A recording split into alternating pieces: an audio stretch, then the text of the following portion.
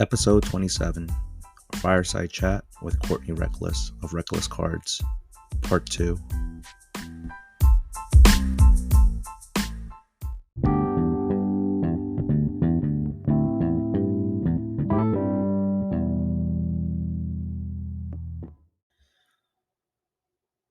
Welcome to the 27th episode of the Card Diary by Hobbyist Thompson. I'm your host, Denny Cards, and thank you for tuning in.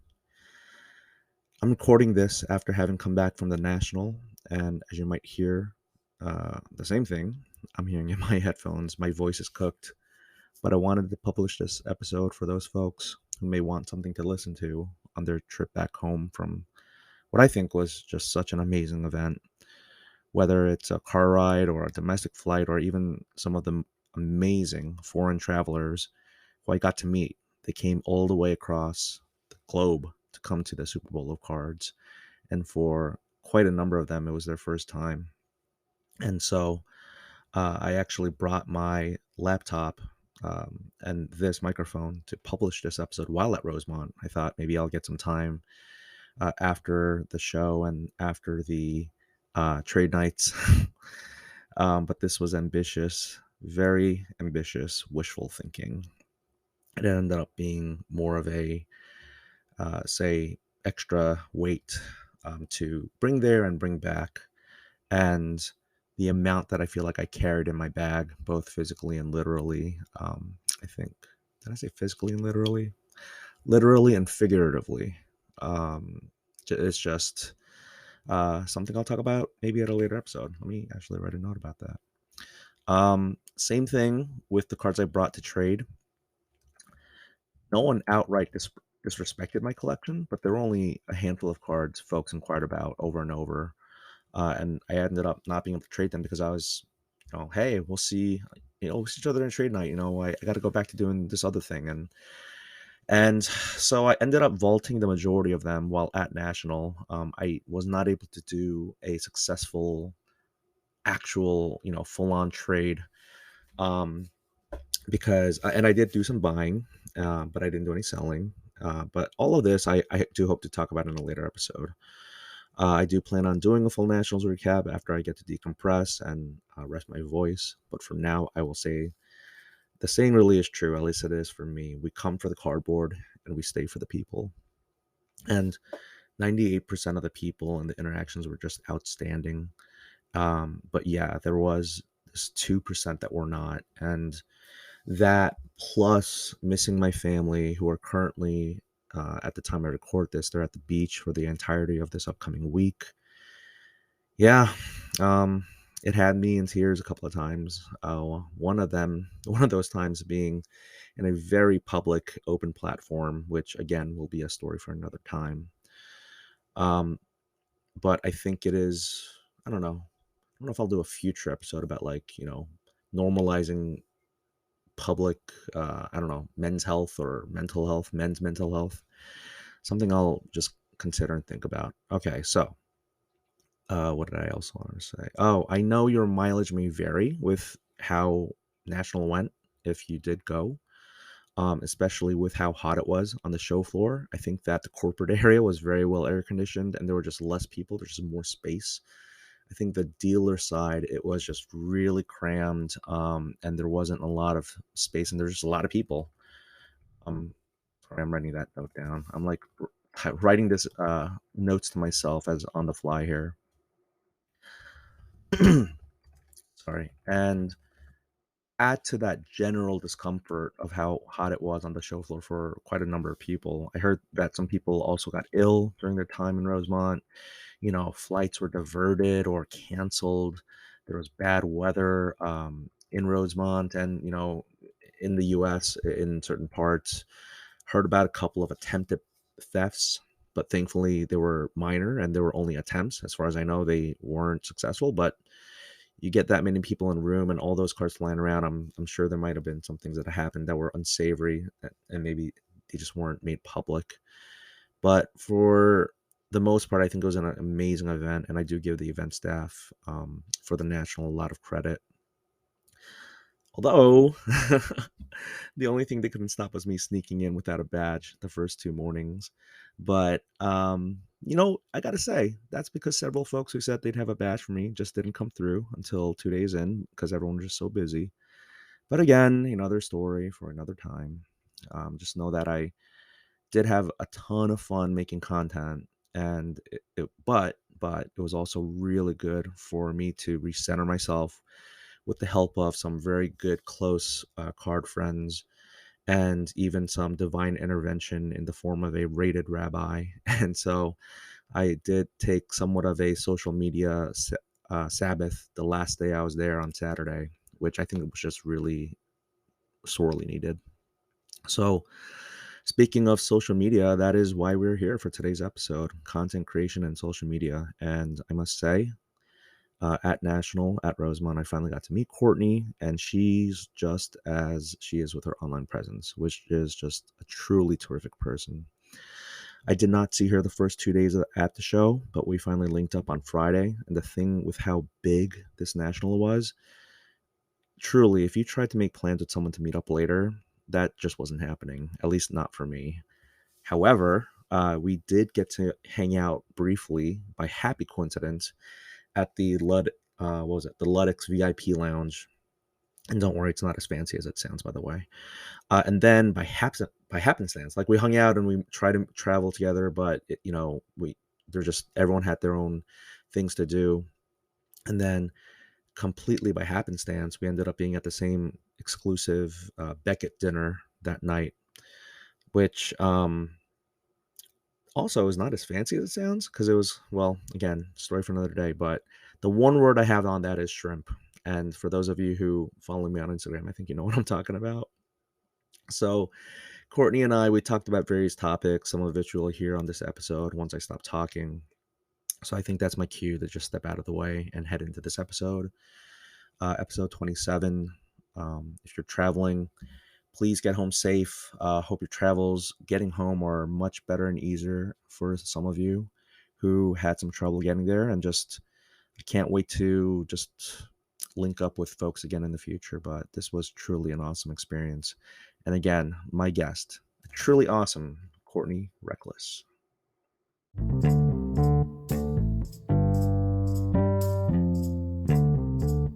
Here, again, my phone case is orange. When we mail stuff to people, we have orange packaging. I received it. We were, if you don't associate us with orange, then I'm doing something wrong.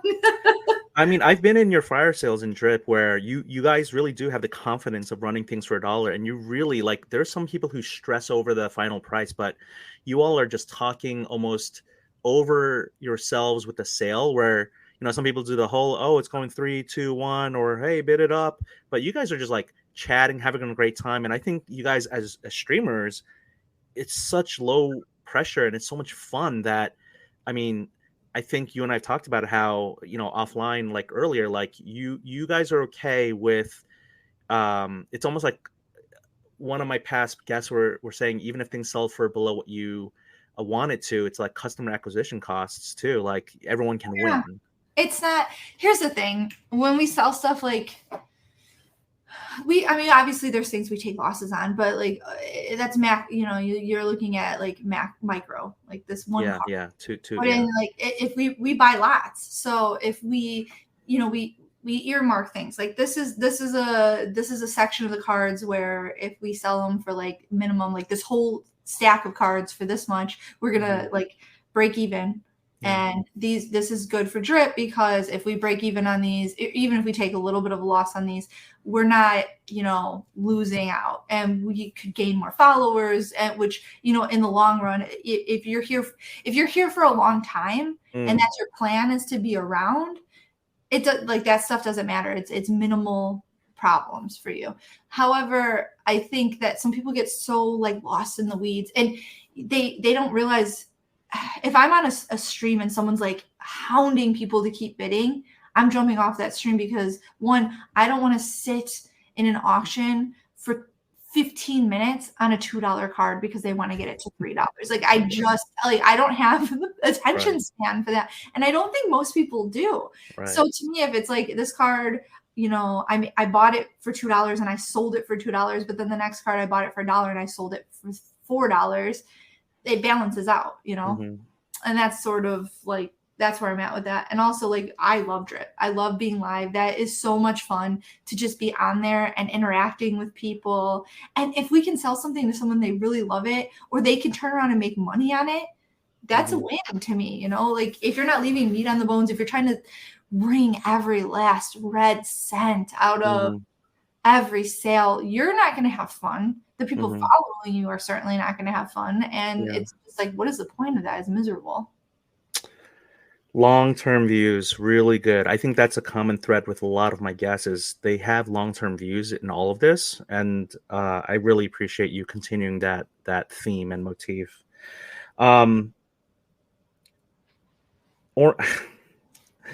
oh, I very rarely do the complete like abrupt transition, Are but we going to segue right now? no, I know, right? Is this like the right time? Like we're at the 53-minute mark. Like, yeah, segue, part 2, cliffhanger. No, before we get to that, so orange. Yeah, I mean, the joke I was gonna make when you said Jeremy likes orange, but you don't, was gonna be, well, you know, aren't we supposed to be dismantling the patriarchy, Courtney? But maybe that is the segue into it. But yeah, so let's get to it because we are at almost an hour. Yeah.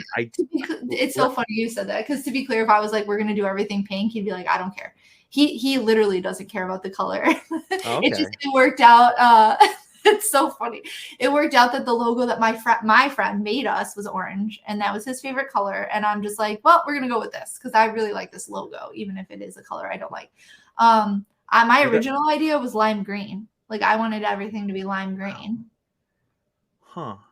I'm like trying to picture that in my head. I can't picture it now. I can't. Or, I can't picture Reckless being green. It's orange. yeah. You know, it's orange. I mean, hey, you're in a good time for that because, as we know, orange is the new black. Shout out Netflix, unofficial sponsor. I used to joke that I wouldn't look good in orange, but I guess I do. Oh, you could pull anything off. Come on, Courtney. Don't be ridiculous. As far as the patriarchy, I don't know. Like, I don't think we're going to be dismantling the patriarchy in the hobby space anytime soon, but it would be nice to see it be more inclusive, for sure. All right. So can I just start off by saying just 2 things, and I'll let you run with it however you will. 1, I am one voice. You are one voice. I think your voice does carry a lot of weight. And I think that you, I don't know if you would say you're an influencer, but I think you inspire. You've certainly inspired me. But we're just 2 voices, right? I think it's more important to understand neither of us speak for our genders as a whole. I don't speak for Asian Americans as a whole. Dr. Collectible did not speak for minorities as a whole. Blake Grice of the Blake Down did not speak for all children and kids in the hobby as a whole. So we're just 2 reasonably minded individuals within the hobby that we love very much, talking about issues in the hobby. And I know that this is very much an escape for most or all of us. And, you know, people who like this is their full-time job, maybe it's not an escape because they're in the daily grind, but we do come to this hobby space to get away from the societal, you know, pressures or issues. Like, I know I just watch news a whole lot less because I'm just embedded into the hobby content wise. But I think it's good to advance some of these issues forward because I think it benefits everyone, even the people who don't want it. Don't we all want more people in the hobby to, like, I know there's this one, you know, there's some people who are like, well, why would I want more people in the hobby where I'm trying to get the cards I want and for the prices that I want? Well, to me, I've made this comment, and Cage Lawyer has uplifted it a little bit, which is, you know, I love this hobby so much. I want people who are not in it to share it with me, so that, because I know how awesome it is, and I hope that it's awesome for them and their, you know, and their kids, because my kids, and it's such a bond with my family, with my kids right now, that we're having so much fun in it. Why wouldn't I want to share fun, right? So for me, that's why I think that's why, and I can't extricate being Asian American in life or in the hobby, right? That's just, I am who I am. And I've mentioned that in past episodes. So you are who you are, which is a woman in the hobby. And I'm so glad you're finally on the podcast. And, you know, I'm so glad that you're here. So I'm done talking. I'm actually going to put this on mute so I can, like, cough and not cough into the mic. So please take this for however long you want, and we'll just make a conversation out of it, please. So I think you made a lot of good points. I think that it is. First of all, I had no idea that you were Asian, so that was crazy. I waited until you muted it to say that. So I almost choked water. You are so evil. You waited. You saw me starting to drink water, and you said that. Come on. I'm sorry, I had to. So anyway, so good. I think you made a lot of good points. The thing is when you talk about it being escapism, it is escapism. It is to people who can use it as escapism. But when you come in as a woman and you see disgusting misogynistic posts, you see people, the whole like my nagging wife trope and all that. And you see like grown men saying disgusting things on young girls' pages or sliding into their DMs. That isn't an escape for us. That's not an escape. It's just another space where we're being, treated not equally. And I think that it's easy to say, oh, it doesn't matter. It doesn't matter your gender or your color of your skin or your sexual identity if you want to buy a pack of cards. It doesn't. But it does matter when you're in a space where you're not the majority and when you're trying to engage with that space and be part of that space and you feel othered. And I think that we don't talk about that enough. And it isn't. You made a post today and I commented on the post that I have 3 daughters that collect and they love it. But my oldest daughter, we have like comments on threads that I have to delete on her page. She's 17. I can't tell her she can't have social. I mean, I could tell her she has social media, but I'm not a psychopath. So like people will come and they'll say things that are reprehensible. And Jeremy one time screenshotted one that was so offensive and he shared it in our story and tagged the person. He's like, what is the matter with you?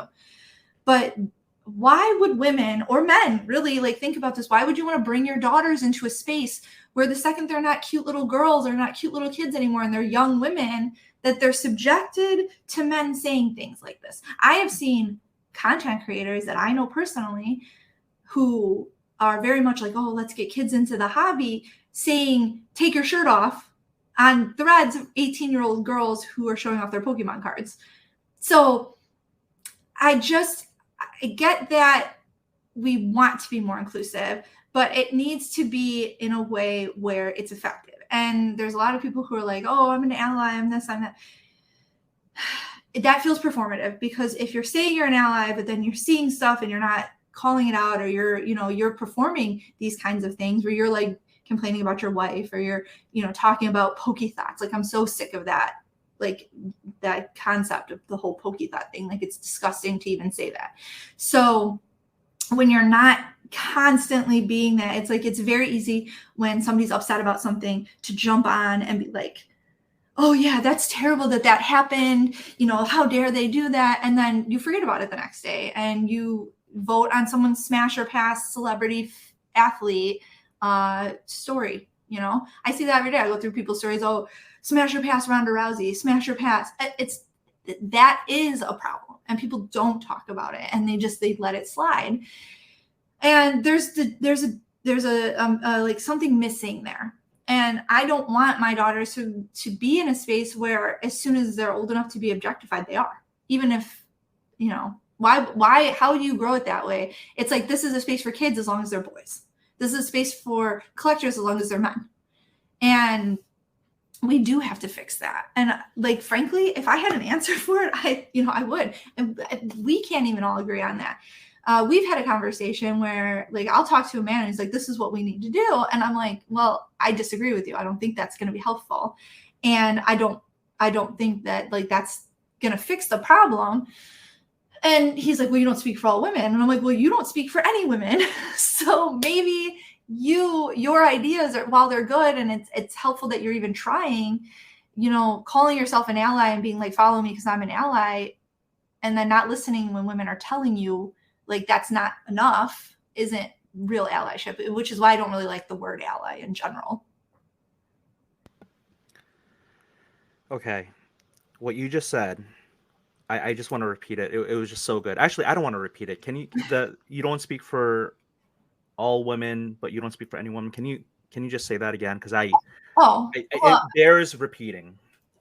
when like when someone's telling you that like well, I talked to a woman and she said that this is okay, and I'm like, well, I personally don't think it's okay, and I know other women that probably wouldn't as well. And then they're like, well, you don't speak for all women. I never said that I speak for all women, but you as a man don't speak for any women. You're not a woman.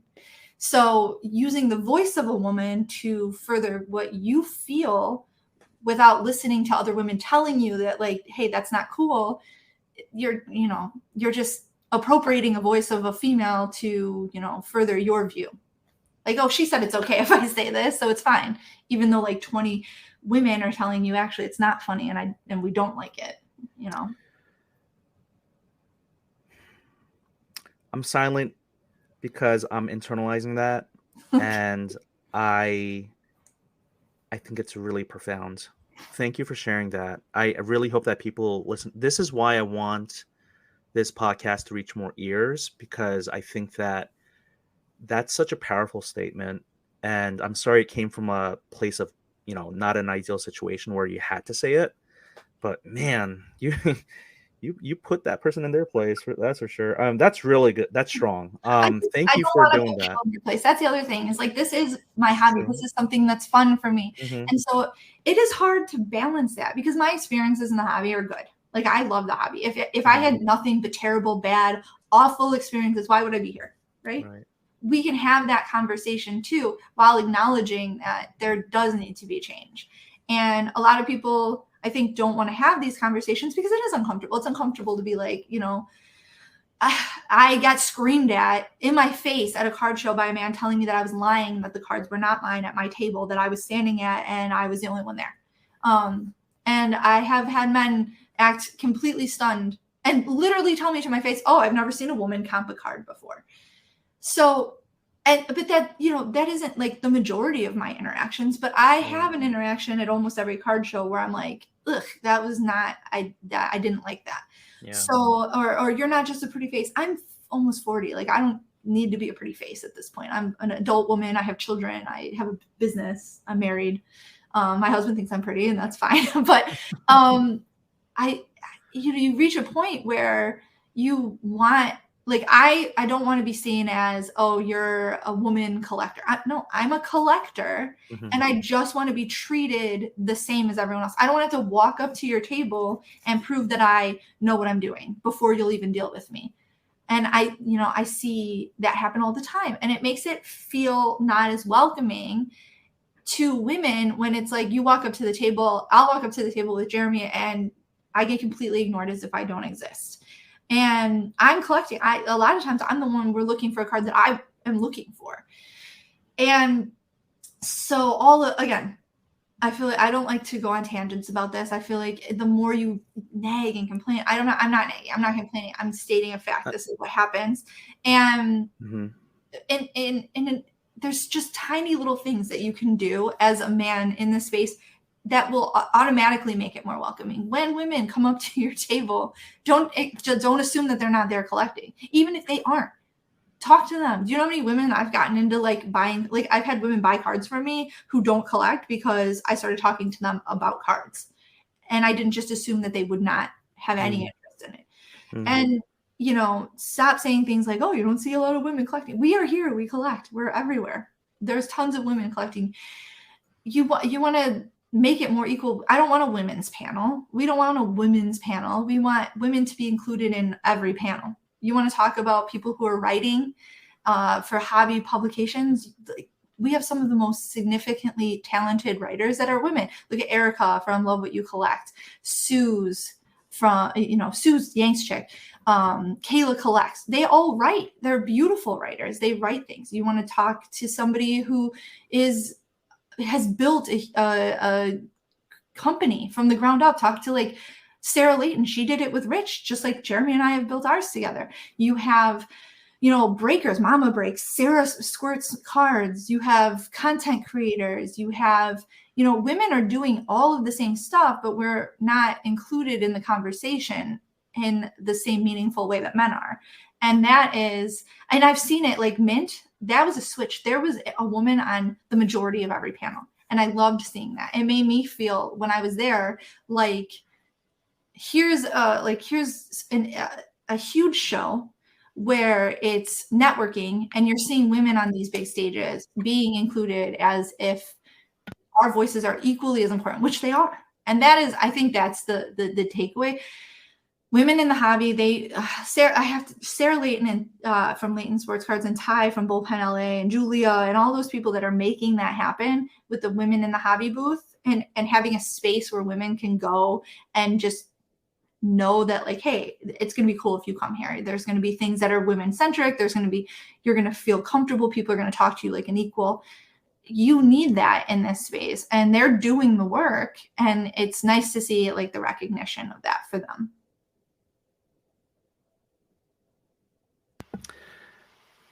Thank you so much for sharing all of that. You name dropped so many great people that I also follow and admire and respect deeply within the hobby.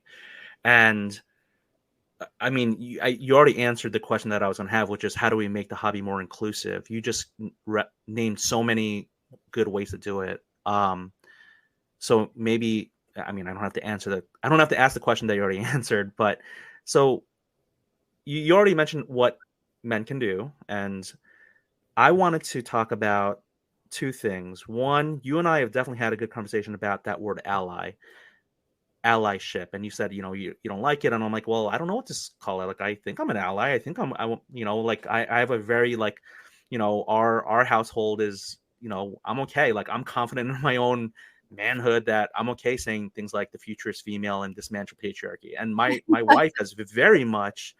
I think that I was like what do you call it? Like a jughead or, a doofus with women's rights before we got married. It's almost like in spite of all of that, she married me, as opposed to because I'm like much more in tune and more secure and more confident with my own manhood that, that we can have the discussion. But I mean, I think that when I was younger that I definitely had those problems, but if it's not allyship, like what can I don't want it to be performative. I think that I think I walk the walk and talk the talk, like when it comes to a lot of this stuff. But maybe the label itself doesn't matter so much, but do you have a better I think term? that at the end of the day,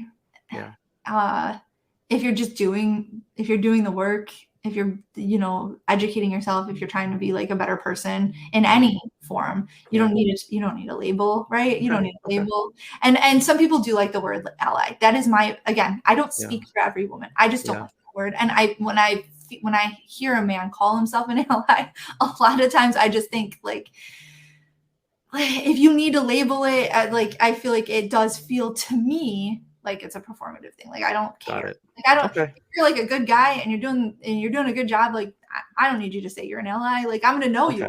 You got it. You are. So I will not use that word. I really won't. I'll just. You can. That's again. There's other women that are fine with that. We're not a monolith. Women aren't a monolith. That is true. Like Asian Americans. Yeah. Yes, exactly. That's my personal opinion. I find it like if a guy comes up to me, he's like, "Oh, I'm an ally," I immediately think that he's probably a douchebag. Gotcha. So that's that's my personal thing. So let's talk about another label, which is white knighting, which is where it's kind of like ally, but like, oh, here comes the man to help the damsel in distress, whatever. First of all, I'm not all social media stuff. I don't think. True. Here's the thing: I put so little stock in that kind of stuff. What you do as a person is what you do as a person. Like either you're a good person or you're not. If you're a good person or not. And I think people, like if you're defending someone and someone comes in and calls you a white knight, that says more about them than it does about you. Okay. And I don't care. I never look at that kind of stuff. I'm a bad person to talk to about this because I just don't think any of that kind of stuff matters. I think it's all internet nonsense. It's not real. So. Well, to the people who think that I white knight, I gotta say I'm Asian, so I can't be a white knight. Maybe an Asian knight. But here's the thing, right? I mean, there is a thing called virtue signaling, which is like the whole, white knight or the ally stuff. But I don't want to make this about me and my post, but you brought up that there was this post that I made. Before I had Blake Grice on, a kid in the hobby, I had a post about kids in the hobby and like, let's talk about it, because I wanted to kind of like hear other people's opinions. I didn't want to just come in saying, I know everything. I'm going to talk to someone who knows everything and we're going to just figure it all out. I wanted to bring that up and learn. And today, yes, I put up a post about women in the hobby, about how we can make it a more inclusive space. And I think I shot myself in the foot because I ended up eventually tagging some people I should not have, in terms of like, I shouldn't. You and I have talked about how some women don't like to be brought up in the conversation or tagged because it's like bringing up the trauma of being a woman in the hobby and like being singled out. So I do apologize to the people I tagged. I won't mention them here, but I've already reached out and apologized. I also did the really dumb thing of tagging like Fanatics and Michael Rubin and Mike Mahan, because there was such a good comment by one woman in the hobby where I was like, they need to see this because it's so good. But then I'm like, wow, they're going to see all this back and forth that I had with some other with one other individual. And it was only one, it wasn't like multiple, but like, it was just so, it wasn't good, because I got, when you wrestle with a pig, you get dirty too, type of thing. But I think with allyship, but because I don't want it to be performative, like I just got so riled up because I wanted to help. But of course, it's the internet. You're not going to change people's minds. I think that's why we need to see each other more in person. There's some things that people say online that you would never say to someone in their face, especially if they were like in your social circles. So, again, I'm dancing around it, but I did want to say, like, I made the post because, one, I wanted to get into, I wanted, like, almost in a way, like, research for today, right? Like, I wanted to like get a beat or a pulse on the hobby from my community. And there were some really good comments in there. I will say that. I don't want to just focus on negative because I'm not that type of person, but there were some really good comments in there. And I mean, I don't think I was wrong for posting it. Was I? Like, I mean, that's the thing. Like, people were saying you like, posted it because you were being performative. I'm like, I genuinely want to learn. If you want to learn, having conversations with women is the way to learn. When you post things that are clickbaity like that, and I'm saying, I'm not saying that was your intention or anything, but if you have full blatant transparency, when people post stuff like that, I think that they're like trauma farming. You're like I'm farming, sorry. trying to get people upset. You're trying to get people to have these conversations in your thread to garner attention on your page, which, fine, that's fine. But then that's how it comes off. And if that's not what you meant to be, that's what it looks like. And I can see why women would find that, like, that makes you seem like you're not the person that you're saying you are. Because if you really want to understand and you want to make change, it isn't making posts about it and getting everybody riled up in the comment section to boost your algorithm. It's like doing the work. It's having conversations privately with women, or seeing something that happened and have a conversation with another man about why his comments were bad, and not allowing traumatic, awful posts and comments to stay on your page where you tagged women and now they're going to read those comments. Right. Because that is harmful. I don't want to be tagged in a post where a bunch of men are saying terrible, disgusting things about women. True. I mean, this is why you are a really good friend in the hobby. You keep me honest. You're calling it like how it is, but in a respectful way. I see that perspective now, and I'm learning, right? I mean, I'm learning as a content creator. I didn't think that I was trying to chase the algorithm. I very much think that I just post things that come through my mind, like, and maybe I'm just silly and dumb sometimes, which I very much admit. But when it comes to the prior post about kids in the hobby, it was like, that was not trauma farming. That was not bad. It's almost like we were all kids at one point, so it was okay to ask that question. Do we need, should we have more kids in the hobby? And people were like totally fine having a great conversation about that. And then this one, it was almost like, there were some people, I guess, who are threatened by femininity and their own masculinity, right? So threatened by, it's just they don't want to accept that it happens. People want sunshine and rainbows. This is, again, it's a form of escapism. They don't want to have the hard conversations because they want to come here and enjoy themselves. And I understand that. I really, truly do. And like, having these conversations isn't for everyone. And that's fine. Like, if you want to come in here, buy cards, and then leave, you should do that. It isn't, not everything has to be a revolution. I don't even look at it as a revolution for me. This is something that I enjoy to do. And if people want to ask me about my experience in it, I will have that conversation. But I'm going to be honest, you see people that are like, oh, everything's great. And it is for the majority of the time. It's really a wonderful space. And I know so many wonderful people. And my very best friends that I talk to every day are from this space. And I have a net positive experience here. But I understand that that is not the experience for everyone. There are people that I am more privileged than, have had worse experiences here than I could even imagine. And I don't get to be the voice of those people. And I'm not going to make posts trying to garner these horrible conversations on my page and then tag them in it where they have to experience it. So these are like, it's hard to make change when it's hard to discuss the change that needs to be made because it is uncomfortable. So, and it's kind of, it's a catch-22 because you want to have these conversations, you want to make the change, but you also don't want to force anyone into having a conversation that they don't feel comfortable with. And like you said, you like acknowledging that you made the mistake by tagging people, that's I screwed up. Yeah, you just can't do that. Like if they want to get in there, like there are women who will always have this conversation. They will always get in there and be like, this is what needs to be done. I don't even always like to do that because it's exhausting. It is emotional labor. And there are people out there that they're just not going to change their mind. We've had this conversation. There's no point in expending that kind of labor and time and energy and upset for yourself on somebody who has no interest in changing. And it's not worth it to me. And I want to come into this space and enjoy myself and have fun. And I overwhelmingly do.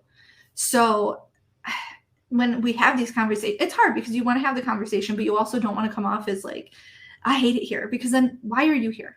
Right.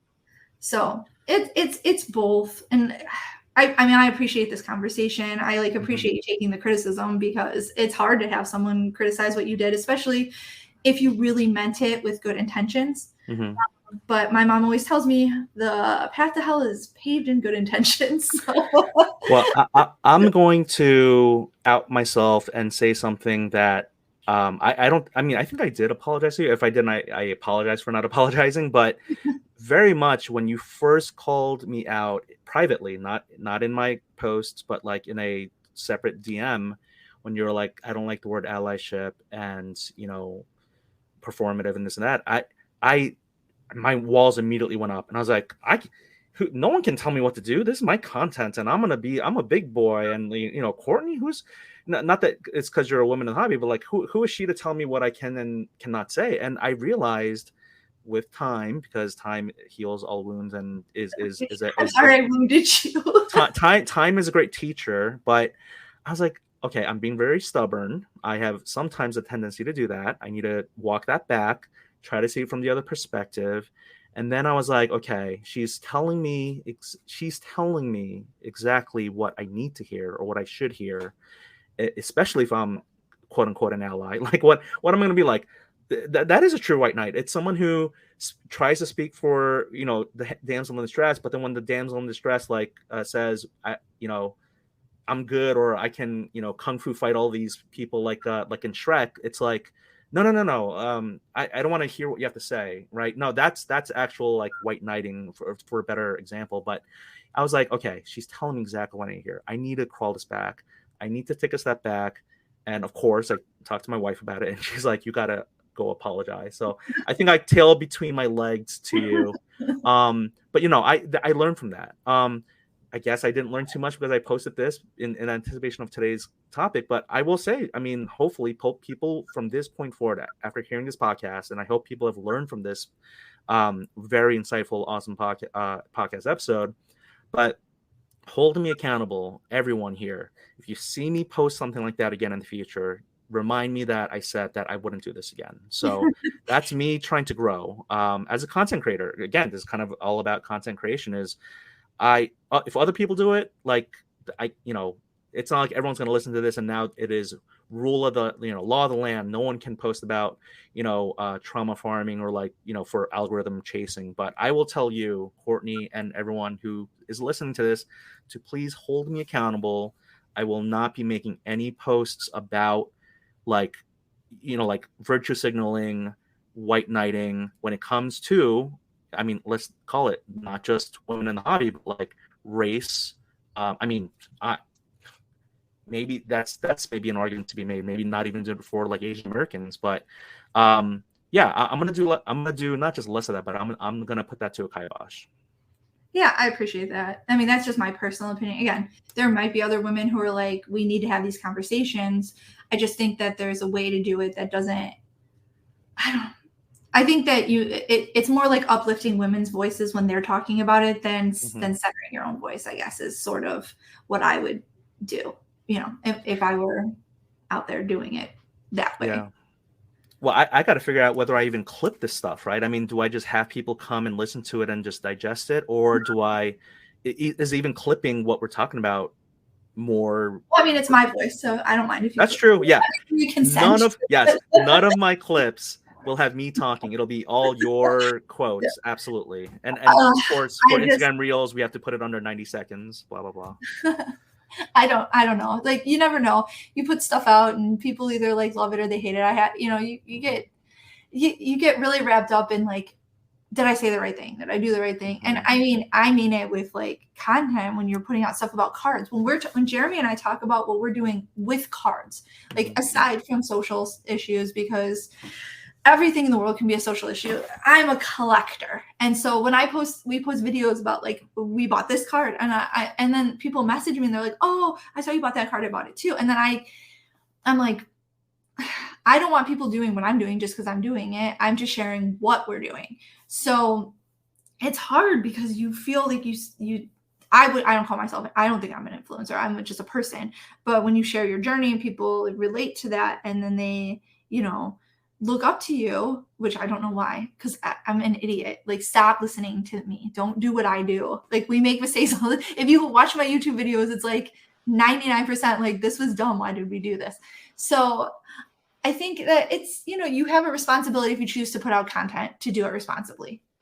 And that is what it is. Like, if you're going to make content and you're going to be out there and you're going to put yourself out there and you're going to say things, you need to be able to back it up. You need to be the kind of person that is like, you can't spend like the next year walking back everything you said, because you said it, and you have an impact on people. And big and small ways. You have an impact on people in person and in real life. And then when you put yourself out there, you have an impact on people on the internet.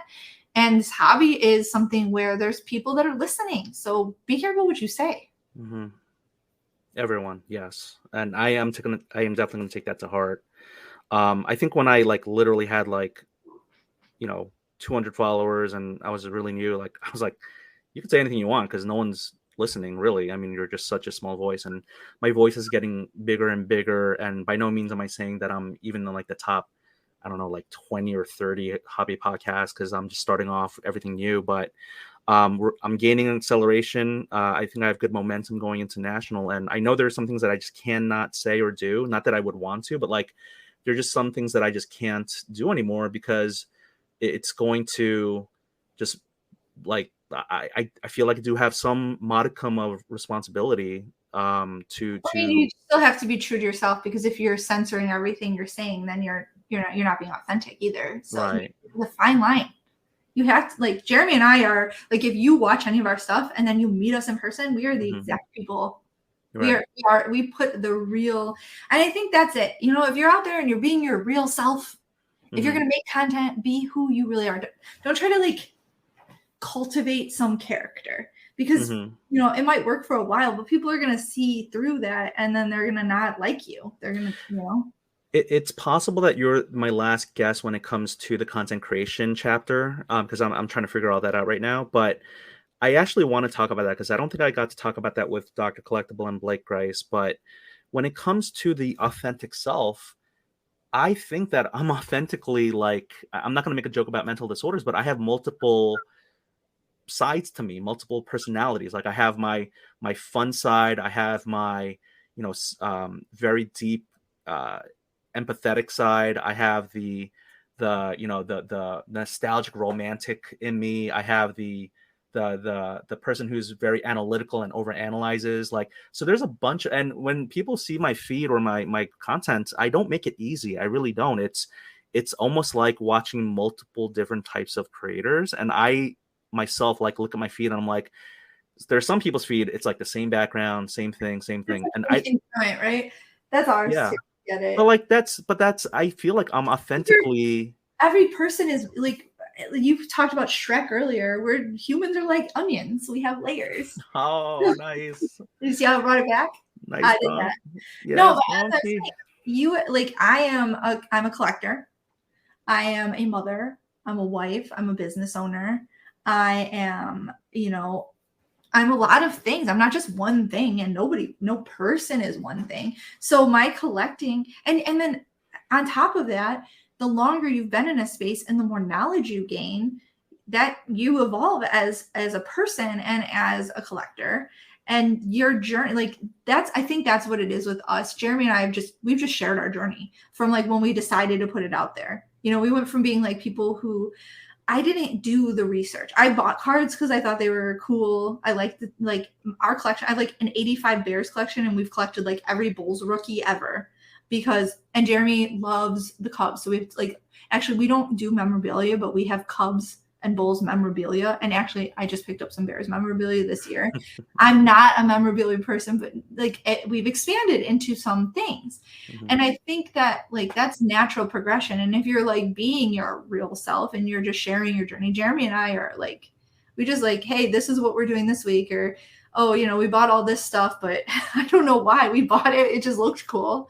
And it's we went from having like very little knowledge in the space other than like we just bought stuff we liked to like, hey, this brand and this product is more valuable if you're going to sell it than this brand and this product. And if you're going to, you're going to chase after a Bulls rookie, these are the ones that you're going to want to chase because these are the most collectible of the products. And Mm-hmm. I didn't know that. Like my Mike Singletary card, it's worth nothing, but it's important to me. Mm-hmm. Now, that being said, I buy Justin Fields cards now, and because I'm a Bears fan, and I know which ones to buy that are more valuable and more like that are going to, if he does what we hope he's going to do, which I'm a Bears fan, so I'm like endlessly hopeful, and then constantly just destroy.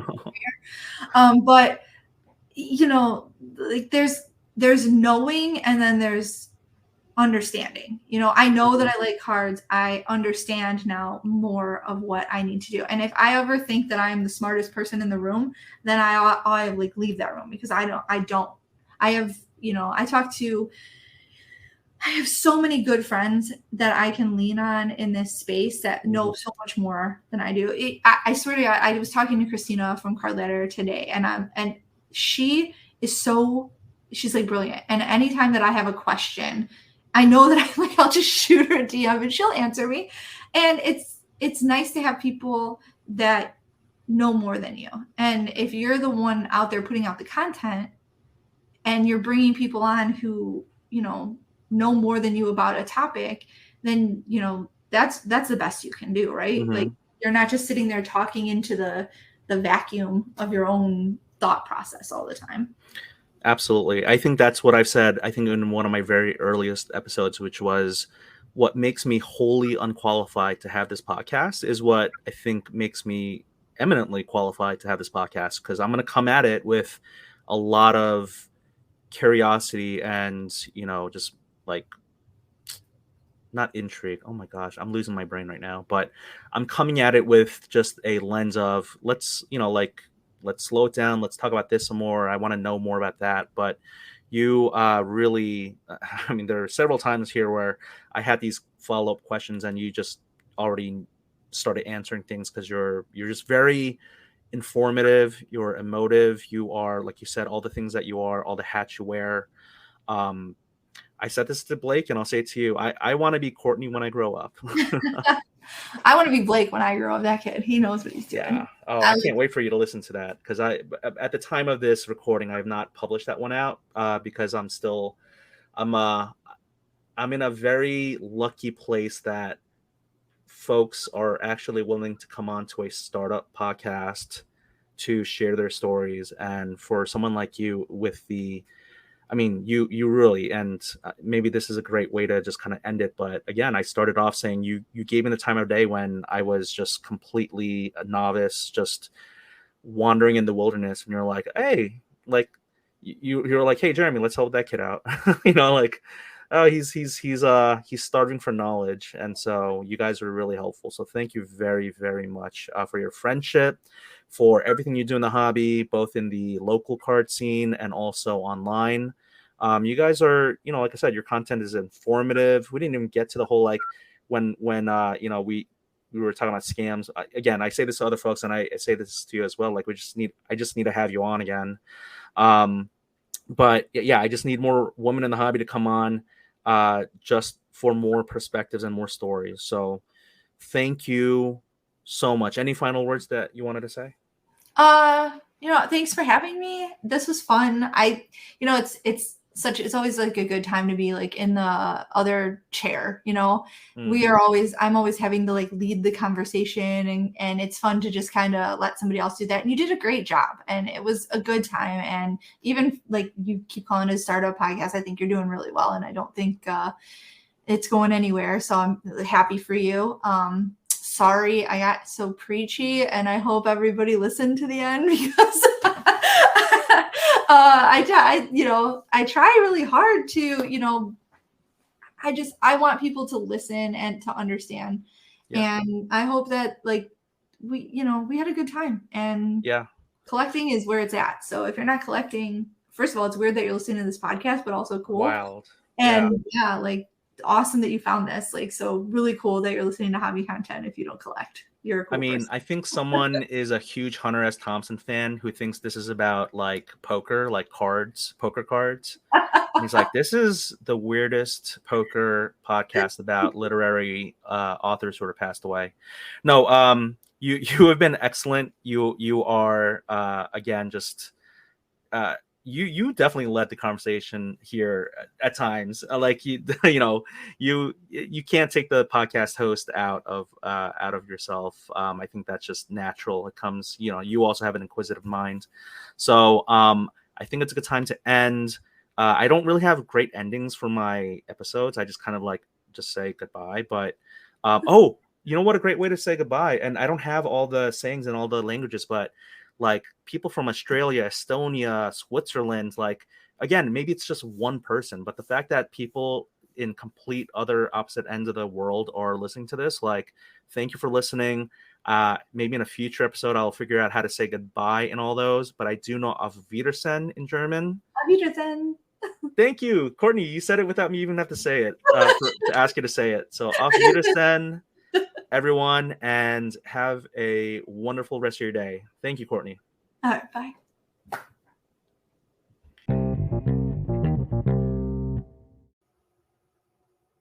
Thanks for listening to the 27th episode of The Card Diary by Hobbyist Thompson. You can find me on Instagram at Denny_cards.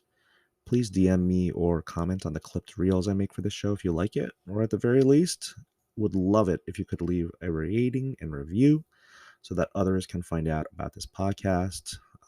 Feel free to tell a friend. That would be awesome. And we are getting closer and closer to 1,000 plays across all episodes. And as for the next episode, I gotta say, I have a lot of ideas and people I could have on the pod. I'm just really trying to sort it all out. But I assure you, I'm really hopeful that you will be learning along with me with some amazing connections I made with amazing folks in the hobby. So until then, what did I write here? My listeners in Australia, hooroo!